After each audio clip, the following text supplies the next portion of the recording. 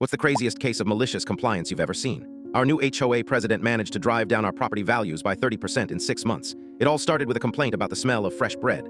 Maria had been running a small bakery from her home on our quiet cul-de-sac for 20 years. She was a neighborhood institution. Then Carol moved in. She was a wealthy retiree from out of state who got herself elected HOA president and immediately started a reign of terror over lawn height and trash can placement. Her primary target became Maria. First, it was informal complaints about the delivery trucks arriving at 5 a.m. Then it was official warnings about the smell of baking being overpowering and a nuisance. Carol was relentless, documenting everything until she finally convinced the board to levy a $10,000 fine against Maria for operating a commercial business in a residential zone, a rule that had never been enforced.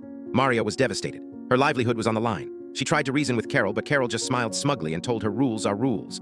So Maria lawyered up. That's when she made her earned discovery. Her lawyer found a beautiful little loophole.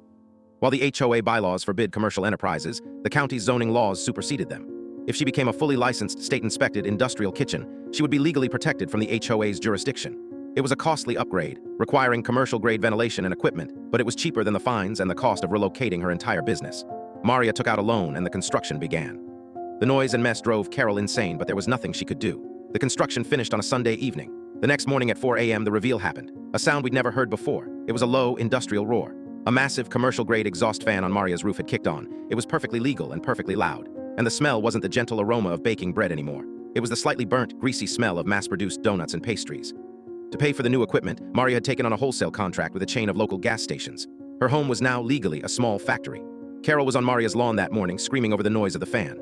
Maria came to the door, held up a freshly laminated copy of her county permit, gave a polite little wave, and went back inside. The rest of us were just collateral damage. Within a month, 2 for sale signs popped up on our street.